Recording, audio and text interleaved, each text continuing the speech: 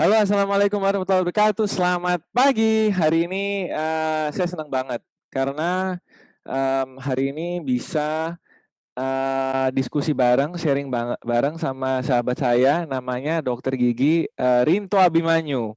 Nih orangnya nih, ini saya ini. Nah, ini Dokter Rinto Abimanyu. Nah, dia ini adalah teman saya dari 2011. Dia ini adalah tahun ke-10 kita udah mulai temenan. Kemudian dari beliau ini masuk spesialis. Jadi luar biasa banget. Yang kedua, beliau ini udah berumur senior tapi mukanya awet muda. Apa kebalik gue nggak tahu. Yang ketiga, dia prakteknya di tunggu dulu ya, gue jelasin tentang lo dulu nih Mas. Nah, jadi dia ini prakteknya di Jakarta sama Bogor. Jadi eh, yang bikin saya itu luar biasa sama semangatnya Mas Rinto itu adalah dia dulu lagi kuliah PPDGS, jalan dari Jakarta ke Bogor, pulang pergi, PP Jakarta Bogor, pulang pergi, kemudian masih bisa menyelesaikan tugasnya sebagai PPDGS. Luar biasa kan. Nah, apa kabar Mas?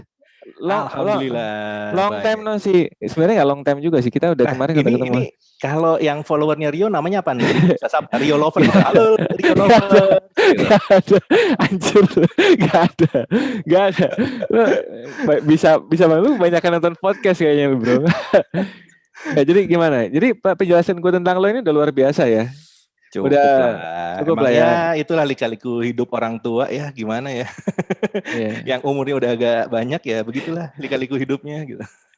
Ya emang lo ini bedanya sama gue cukup jauh juga ya. Dan gue banyak belajar tentang masalah kehidupan sama lo ini. Luar biasa. Karena usia lo tuh cukup berumur, Mas. Kelihatan dari rambut lo sebenarnya. Ya ini ya. Ini gue langsung aja nih. Jadi gue tuh Iya, kagum iya. sama lu, ya kan? Kagum karena eh lu ini kan kuliah spesialis umur berapa? Eh, umur berapa ya waktu itu ya? Lu tuh kan 2000, Lupa. 2011. 2011. Heeh, gitu. Ya, 2011 ya. Berarti gue di umur-umur 30 something lah. ya kan 30 something, nggak disebutin juga ya. Nah, maksud gue itu yang bikin kagum sama lu itu adalah satu, lu kan S2 juga, ya kan? Mhm, mhm. Satu, lu S2. Yang kedua, lo ini masuk sekolah spesialis yang ternyata spesialis itu adalah eh, lu belajar lagi kan. Jadi Betul. practical science kan. Kita spesialis itu adalah practical science. Itu, nah, apa apa yang menjadi lo punya kendala nggak sih pada saat pembelajaran, kan lu masuknya udah cukup usia kan, apalagi yang S2 lo kan Mars gitu ya. Heeh, heeh. Apa yang menjadi ada kendala nggak sih kalau usia lebih tua gitu, atau memang ternyata lebih nyaman, kalau pasti lebih nyaman kalau lo habis lulus SP kan, habis lulus DRG langsung kerja, apa ya, langsung SP gitu kan. Mhm, mhm, Nah, mhm, kalau lo mhm. ini kan luar biasa, apa ada kendala nggak sih, atau emang nggak ada? Wah, gimana ya? Jadi sebenarnya gini, gue masuk SP itu kan karena memang pilihan ya pada saat itu, bahwa gue pikir kok kalau gue kerja kantoran, waktu gue habis banget gitu. Maksudnya habis banget karena gue punya background Mars, jadi kan gue kerjanya di struktural dan itu office hour, dari pagi sampai sore. Sementara gue kalau sore pulang, ya harus praktek juga dong biar ilmu gue nggak hilang. Otomatis waktu gue tuh habis di luar rumah tuh, dari pagi sampai malam, karena selesai pulang kerja yang di struktural, gue harus praktek gitu. Akhirnya mikir-mikir, diskusi sama istri, wah kalau kayak gini gue nggak punya waktu buat keluarga nih gitu kan. Nah, akhirnya punya pertimbangan gimana kalau resign gitu. Hmm. Nah, pada saat itu mikir, kalau resign, berarti gue cuman mengandalkan praktek gue sebagai general practitioner di rumah sakit, saat itu rumah sakit di Bogor gitu ya. Hmm. Gue pikir kurang bisa mensupport kebutuhan gue nantinya sampai ke depannya kalau cuman praktek di sebuah rumah sakit swasta sebagai general practitioner gitu ya. Dan suatu saat bisa aja tergeser ini gue posisi Posisi. gue jam praktek, betul. Karena pada saat itu rumah sakit swasta tersebut tagline-nya adalah klinik gigi spesialistik gitu kan. Sementara gue general practitioner. Akhirnya mikir-mikir, ya udah gimana kalau resign tapi ngambil spesialis gitu. Sebenarnya ini juga racun dari Dr. Furkon ya, yang di wawancara kemarin gitu. Saya udah kenal Dr. Furkon dari waktu masih sekolah gitu. Jadinya pada saat itu ngeliat dia sudah ngambil spesialis tuh. Nah, diskusi deh sama Dr. Furkon tuh, gimana dunia spesialis Tahun gitu. berapa itu? Kan dia sangatan sama gue tuh kan, si Nah, Furkon berarti tuh. 2010-an tuh. Oh, pas dia udah 2010-an masuk. tuh, dia udah masuk kan, udah Iya, masuk. iya, iya. Terus udah baca-baca preservation pada saat itu, dia nunjukin Iya. bukunya, dan gue masih bingung, wih buku apa tuh gitu. Preservation and Restoration of Dental. Iya gitu ya. Jadi apa namanya, saat itu terus ya udah diskusi juga sama istri gimana nih kalau saya ngambil spesialis gitu. Ya istri mensupport akhirnya, tapi gini, strategi gue pada saat itu gue coba daftar dulu.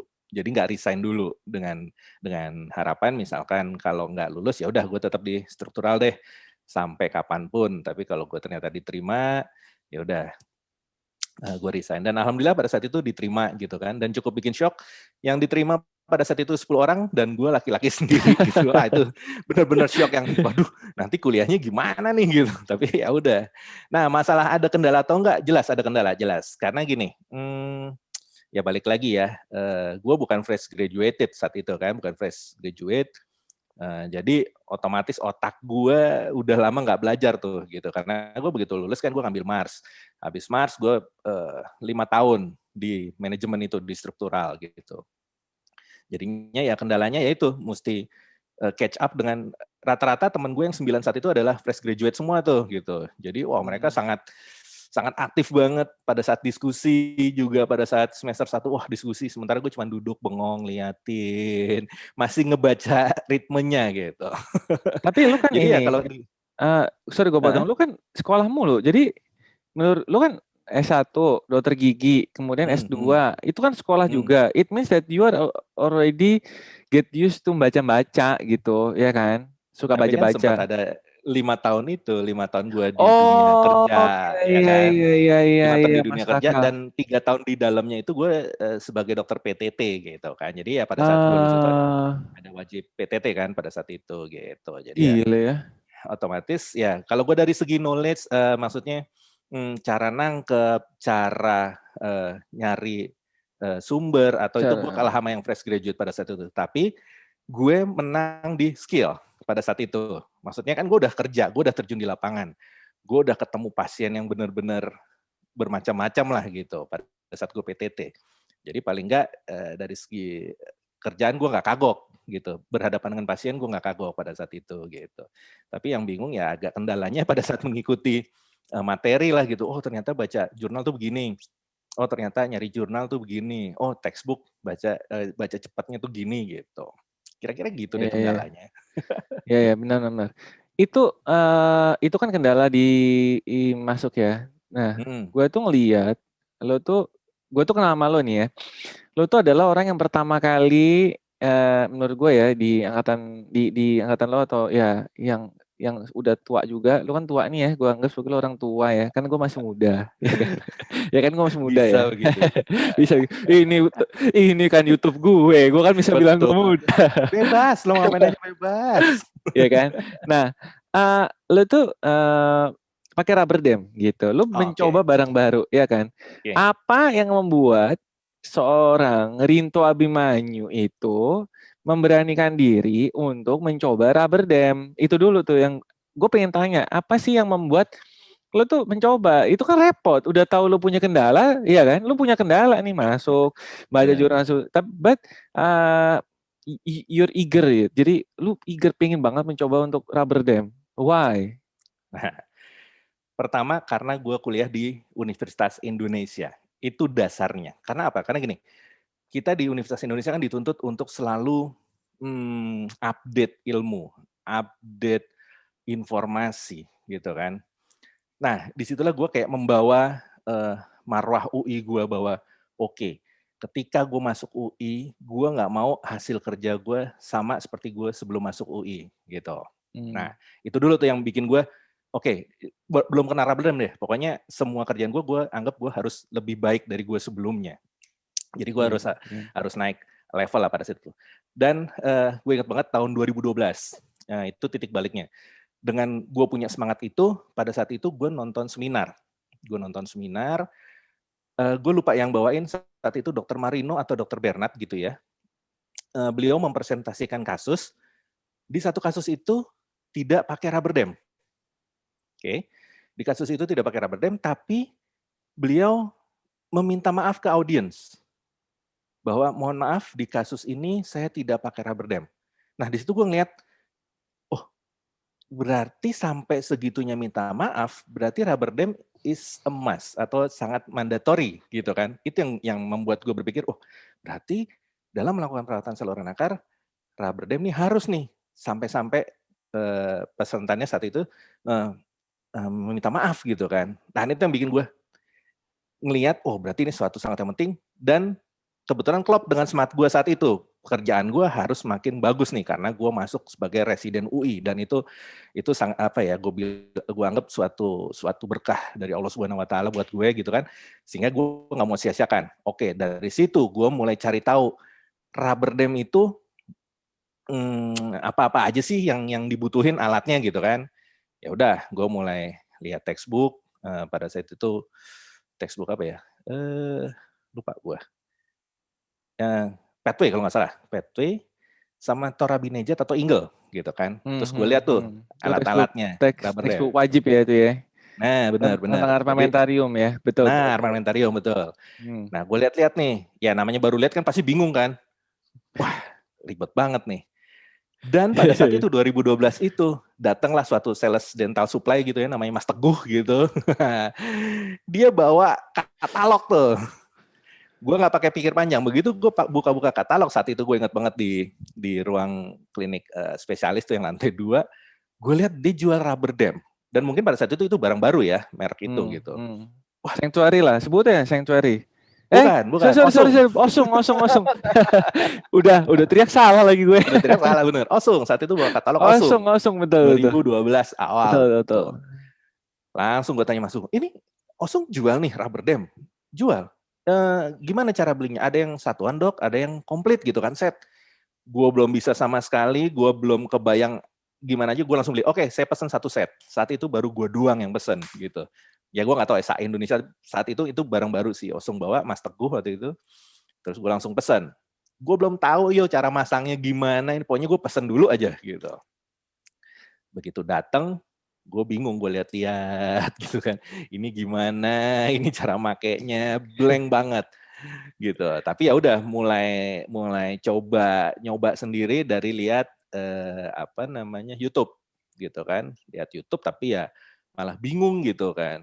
Akhirnya ya trial and error dengan lihat di textbook, lihat YouTube yang waktu itu belum juga terlalu banyak, belum booming ya. Terus kalau sekarang gampang, teman-teman bisa lihat sosmed dimanapun ada yang kasih lihat cara pasang rubber dam tuh. Terus trial and error, gue coba dulu tuh di model gitu kan. Macam-macam deh, ada cara yang wingnya dulu gue pasang, baru ininya, terus semuanya gue coba sampai waktu itu gue pertama kali gue nyoba yang menurut gue nyaman, gue aplikasikan di pasien gue waktu residen itu, cara yang gue satuin semua tuh, frame-nya, rubber sheet-nya, klemnya udah disatuin, baru bareng-bareng dimasukin ke mulut pasien. Pada saat itu gue merasa itu yang paling suitable buat gue, dan gue merasa nyaman dengan itu. Jadinya semua case gue pakein cara yang seperti itu pada saat itu. Ya, pada saat awal gue masang lama tuh, bisa sampai 15 menit, 20 menit, tapi ya udah, gue harus bisa gitu, gue harus bisa pada saat itu. Dan alhamdulillah akhirnya bisa. Keren. Jadi modal nekat sama modal kebanggaan bahwa gue anak UI nih, gue harus bisa gitu. Anjir. Keren.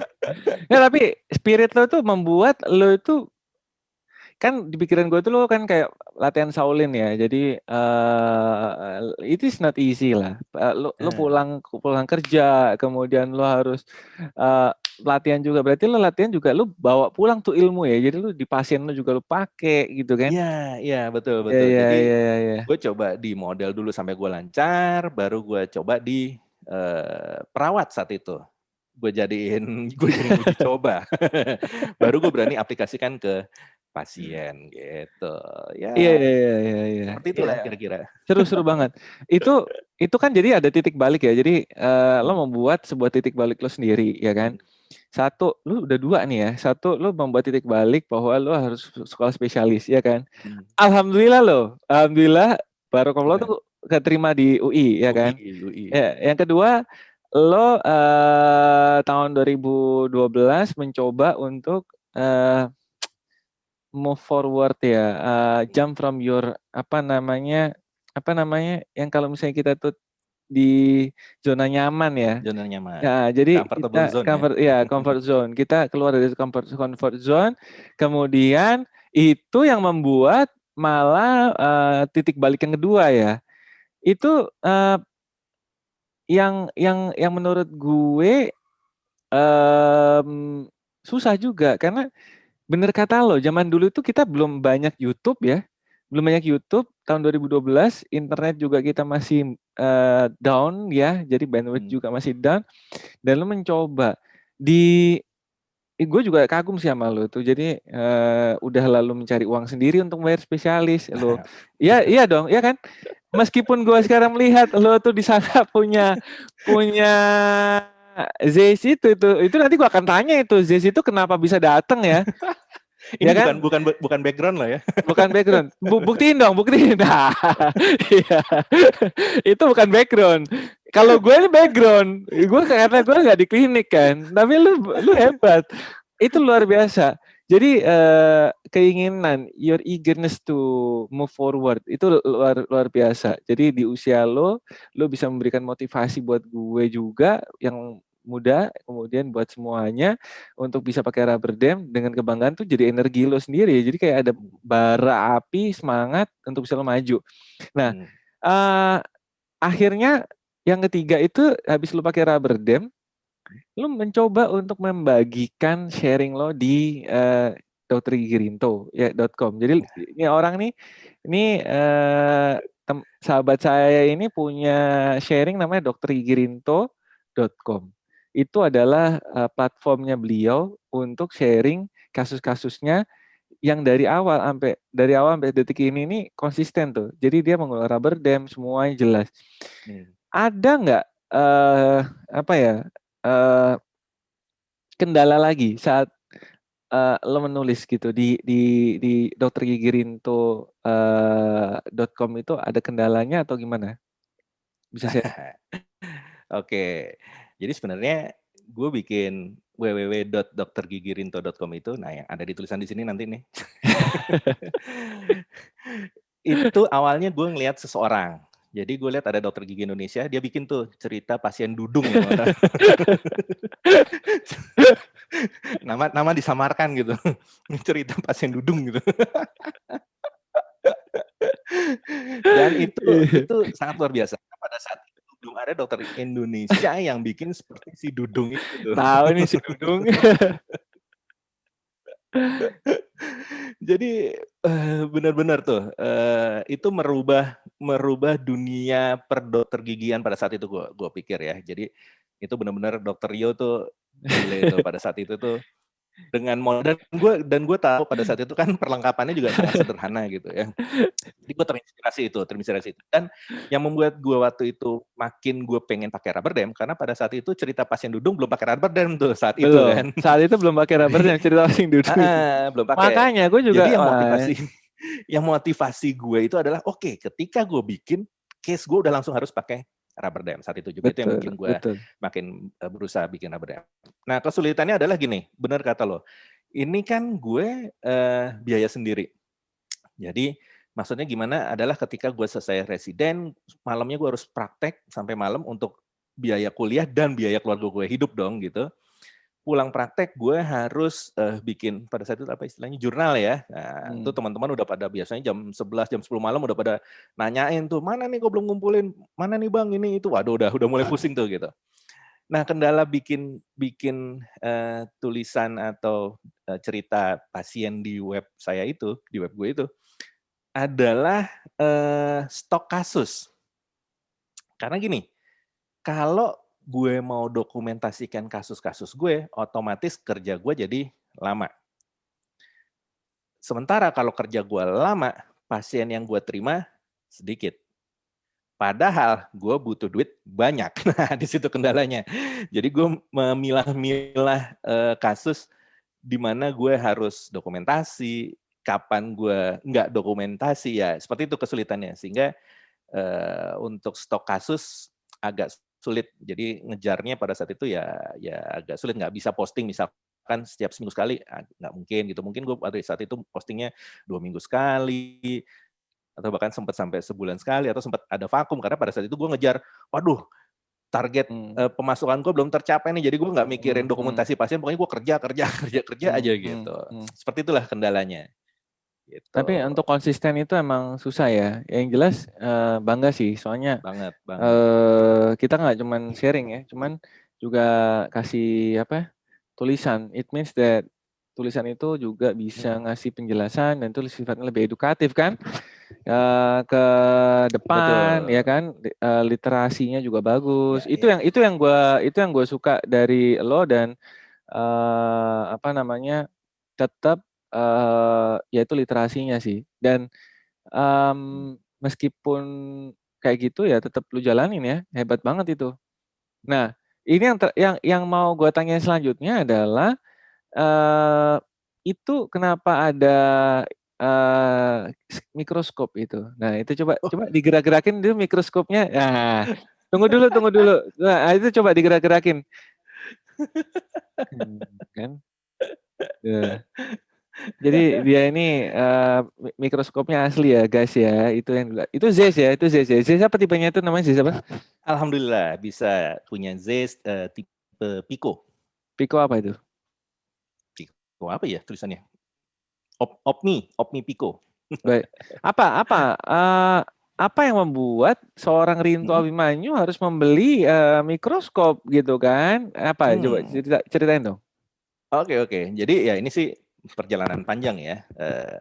Semenjaknya itu tadi jiwa semangat gue untuk memperbaiki hasil kerjaan gue, dan gue merasa kalau gue udah spesialis terutama konservasi gigi, gue punya tanggung jawab moral untuk meningkatkan kemampuan gue di bidang konservasi. Karena gue ingat guru gue pernah bilang tuh, Dr. Bambang Nursasongko bilang, kalau kamu jadi SPKG itu benar-benar harus spesialis konservasi gigi, bukan spesialis kedokteran gigi. Ingat ya, beliau pernah bilang gitu. Jadi itu yang benar-benar masuk ke hati gue, bahwa masuk ke hati gue juga kok itu. Nah, itu ya. Terima kasih Dokter Bambang. Saya benar-benar merasuk nih ininya, nasihatnya. Jadi saat itu gue benar-benar gue harus meningkatkan kemampuan gue ketika menjadi seorang spesialis kedokteran, spesialis konservasi gigi. Nah, jadi gini, ketika itu gue udah nggak nerima kasus apapun selain yang bidang konservasi gigi, baik di praktek di rumah sakit maupun pada saat di praktek pribadi. Nah, pelan-pelan gue merasa gini, pada saat itu gue udah pakai rubber dam, terus gue udah mulai ningkat lagi, gue pakai alat-alat yang memang dibutuhkan untuk meningkatkan kualitas perawatan kita ya. Contohnya misalkan perawatan saluran akar, gue pakai endomotor, gue pakai apex locator gitu. Dan pada saat itu gue pakai loop. Nah, berjalan nih selama 5 tahun gue menjadi SPKG, mulai banyak dikenal beberapa sejawat baik yang di Jakarta maupun di Bogor gitu ya. Itu kasus-kasus yang dikirim tuh mulai aneh-aneh gitu. Dalam artian bukan fresh case gitu ya. Jadi mungkin juga retreatment, mungkin juga LEDs, mungkin juga fragmen instrumen di situ, macam-macam, perfor. Nah, di situ gue merasa ketika gue mengerjakan kasus-kasus itu tidak cukup hanya dengan menggunakan loop. Ya, jadi gue merasa gue harus punya visi atau vision yang lebih jelas ketika menerima kasus-kasus itu. Disitulah gue mulai bermimpi. Pada saat itu cuma bermimpi. Gue lagi asik-asik mimpi. Dokter yang praktek di Tebet tuh, dia udah punya mikroskop nih. Ini nih orangnya nih yang punya channel ini nih, channel YouTube nih. Nah, dia udah punya mikroskop. Waduh. Jadilah saat itu bikin gue semangat. Oke, gue selain mimpi gue harus coba wujudin. Dan alhamdulillah ketika gue sudah 6 tahun sebagai SPKG, bisalah afford untuk mikroskop ini gitu. Walaupun sederhana, kelihatannya biasa aja, tapi oke lah. Oh, Bisa menunjang sederhana pekerjaan. ya. Iya, iya, iya. Jadi sederhana ya. Coba. Telepon dulu nih. Honda aku sama Jess ya. Gitu. Masya Allah, sederhana ini, luar biasa. Jadi emang sekarang tuh lo banyak mengerjakan kasus-kasus yang lebih kompleks kalau gitu ya. Karena banyak kan yang dikirim ya itu yang udah apa istilahnya ya, pre-love, kasus-kasus pre-love. Nah, itu kan Zes itu adanya di rumah, betul ya? Di rumah lo tuh berarti di tempat praktekan pribadi lo sendiri kan? Berarti nggak mungkin kan you bring this microscope into your hospital, ya kan? Practice in the hospital. Itu lo tuh praktek tiap hari di rumah atau kapan lagi sih prakteknya? Mostly sih tiap hari ya, mostly tiap hari. Tergantung kalau lagi misalkan ada kegiatan lain yang berhubungan dengan anak gitu mungkin hari itu gue nggak praktek gitu. Tapi hampir ini setiap hari lah gitu. Dan by appointment jadi nggak terima pasien yang go show datang langsung gitu ujuk-ujuk nongol gitu nggak gitu. Nah itu maksud gue gini loh. Working with microscope is not easy, ya kan? Because you are facing a hard case, ya kan? Satu pasien itu kalau mau, berarti satu hari itu berapa pasien? Cuman 2. Cuman 2 pasien. Pagi 1, siang 1, udah. Pagi 1, siang 1. It means that ya pasti very very hard ya untuk pasien itu. Dan memang apa namanya, waktu lu pakai mikroskop itu cepet kan, learning curve-nya cepet banget karena you are get used to use loop ya sebelumnya ya. Benar.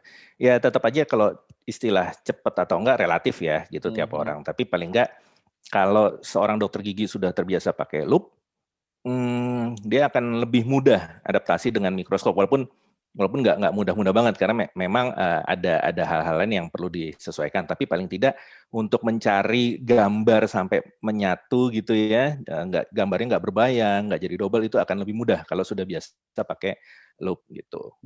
Itu gue lihat deh, itu kan di gambar lo tuh di belakang coba itu ada 2 TV ya. Itu TV 1 buat apa sih? TV satunya lagi buat apa sih?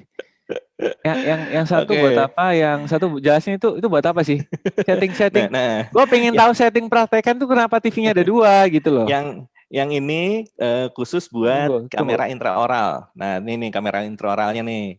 Jadi TV ini khusus menampilkan gambar dari kamera intraoral gitu ya. Sementara yang di belakang ini yang besar itu multifungsi. Kalau lagi bekerja bisa menampilkan gambar dari mikroskop gue. Atau kalau nggak lagi mau menampilkan gambar dari mikroskop, itu buat TV lah. Ya terserah pasien mau nonton channel apa, atau mungkin perawat nonton apa gitu. Dan juga itu gue pakai yang TV yang besar tadi, buat nampilin hasil ronsen. Jadi kalau habis ronsen, akan tampil di situ. Gitu. Nggak ada rencana nambah 1 TV lagi? Mungkin buat apa gitu ya? PS4 gitu ya. PS5 sekarang zaman PS5 ya. PS5. Kok banyak banget TV itu ya? Kayaknya banyak banget di sana TV. Ya itu bagus. Terus apa sih yang gimana praktek selama pandemi ini, apa yang tips and trick pandemi ini? Apa ada perubahan kah? Is there any change in kalau dari awal tetap memang karena settingannya adalah pasien perjanjian. Jadi kalau pembatasan jumlah pasien enggak, karena memang dari awal pasien per hari cuma 2 gitu kan. Perubahannya ya mengikuti petunjuk-petunjuk yang sudah dikeluarkan Kemenkes. Kita cek pada saat screening pasien datang kita screening gitu kan. Kita pun juga pakai APD gitu dan memperhatikan segala macam yang memungkinkan terjadinya infeksi silang sehingga antar pasien kita melakukan desinfeksinya cukup detail. Bahkan sebelum dari pandemi pun kita harus sudah seperti itu. Dan yang paling penting adalah ini juga nih dari dokter yang satu ini nih, cuci hidung. Nah, itu paling penting tuh gitu. Jadi nanti lihat link cuci hidungnya nanti ditaruh di sini. Iya. Jadi emang biasa juga kerja pasiennya juga nggak nunggu-nungguan ya. Enggak, betul. Memang kayak gitu ya. Betul. Kemudian berarti screening pasien juga iya sih, kalau menurut gue juga pasien juga zaman sekarang malah takut ke dokter gigi ya. Jadi sebenarnya yang ke dokter gigi pasti yang udah sehat ya kan. Benar. Yang udah nggak mungkin lah gue batuk berani banget ke dokter gigi. Pasti udah takut duluan gitu kan. Iya. Pasti udah takut duluan. Nah, terakhir apa sebelum terakhir nih, lu masih ada waktu ya, maaf nih mengganggu minggu nih, gue sebelum terakhir, apa pesan buat dokter gigi nih yang muda-muda kayak gue gitu ya kan, lu kan ya karena sebenarnya 2 orang nih yang gue kenal masuk sekolah spesialis dalam keadaan sudah berumur, yaitu salah satu teman gue namanya Mbak Ica, dokter Ica Risanti. Dokter Ica Risanti itu adalah SPKG, FKG Unair S1-nya angkatan 79. Ya, angkatan 79 masuk SP. Nah, itu keep up banget, beliau ini rajin banget dan emang cerdas banget sih. Jadi umur tuh bukan halangan buat sekolah ya. Nah, kemudian yang kedua, gue melihat lo sih. Jadi lo cowok ya kan harus menafkahi keluarga juga, betul. kan kemudian bayar kuliah spesialis, it means reducing your practice time ya kan, itu kemudian lu berusaha untuk maju sampai akhirnya di tahap lu tuh udah punya mikroskop gitu. Nah, boleh nggak sharing pesan lo nih buat kita nih, pesan positif yang bisa lu sharing kan, ini energi positif nih apa saja untuk kita semua gitu. Oke, paling gue sharing untuk mungkin dokter gigi yang baru lulus ya, bukan untuk Rio Suryantoro, gue nggak mau. gue ini masih muda, 23 tahun. Kayaknya nggak mungkin gue ngasih wejangan itu, kayaknya lu udah ngerasain. Paling gini, buat teman-teman sejawat dokter gigi yang baru lulus, yang baru sumpah kemarin atau baru tahun lalu lah, atau baru beberapa tahun lalu yang juga baru lulus, intinya adalah explore kemampuan diri kita semaksimal mungkin gitu ya. Dan jangan pernah takut salah selama kita tahu teknik dan prosedurnya. Nah, bedain sama nekat ya. Kalau nekat dia emang nggak takut salah, tapi dia nggak ngerti tuh teknik dan prosedurnya gitu. Jadi selama kita udah punya basic knowledge-nya, kita udah punya evidence base-nya, jangan takut salah, kerjakan. Salah wajar, itu bagian dari proses pengembangan diri gitu. Kalau teman-teman mungkin lihat tambelan saya tahun dulu 2014, aduh, saya pun sekarang malu ngelihatnya gitu kan. Tapi ya itulah, semua itu untuk naik tangga ke atas kita mulai dari tangga paling bawah kan. Itu aja sih. Harus berani gitu. Iya, benar. Jangan takut salah dan harus berani, dan mungkin mau punya teman kali ya, punya teman yang selalu mengingatkan. Menurut gue juga, karena lu kan benar. dari tadi tuh nggak bisa lepas dari inner circle sih. Milih temennya udah benar sih. Yep. Ya kan, kalau tadi kan lo sharing bahwa lo punya mau masuk SP, lo start untuk blogging, lo kemudian start untuk menggunakan rubber dam, kemudian lo start untuk beli mikroskop, bikin ini, ya inner circle kali ya. Karena yang tadi gue lihat tuh, you can live without your inner circle, and your inner circle defines you gitu ya. Siapa sih Rinto? Inner circle kita harus benar-benar kita pilih gitu. Iya sih itu. Kemudian terakhir nih, gue pengen tahu, karena gue jujur ya, gue ini sudah lama bareng lo, tapi gue nggak tahu how can I reach you. So can you tell others, can you tell people here, di mana gue pengen bikin janji, satu, kalau mau perawatan sama lu. Yang kedua, lu tuh praktek di mana aja, ya. Yang ya pasti ber-SIP dong. Seorang Rinto Abimanyu nggak mungkin, ya kan? Nggak mungkin. Kita Oke. pasti dilihat sama netizen nanti ya. Terus, jadi gimana? How can I reach you, bro? Follow my Instagram, Rinto Abimanyu. Di situ ada gue praktek di mana aja, atau mampir ke website gue www.drgigirinto.com. Itu. Apa tadi Instagramnya Mampir ke adalah Instagram gue ya Rinto Abimanyu. Oke. Rinto Abimanyu. Bimanyu. Nah, Ya. terus main juga bisa ke website gue www.drgigirinto.com. Nah, Di situ. www.drgigirinto.com itu semua ada admin ya. Jadi lu ada admin yang untuk perjanjian, kemudian Ada ada Mbak Kembang namanya. itu Mbak. Mbak Bunga kalau lu kan, kalau gue Mbak Kembang gitu. Jadi. Lu jangan gitu dong. Nanti netizen tahu. Baik, thank you very much bro. Thank you very much for disturbing your minggu malam ya, malam Senin. Thank you very much. Gue seneng Katanya banget. pagi hari ini. Iya, Hari. oh iya.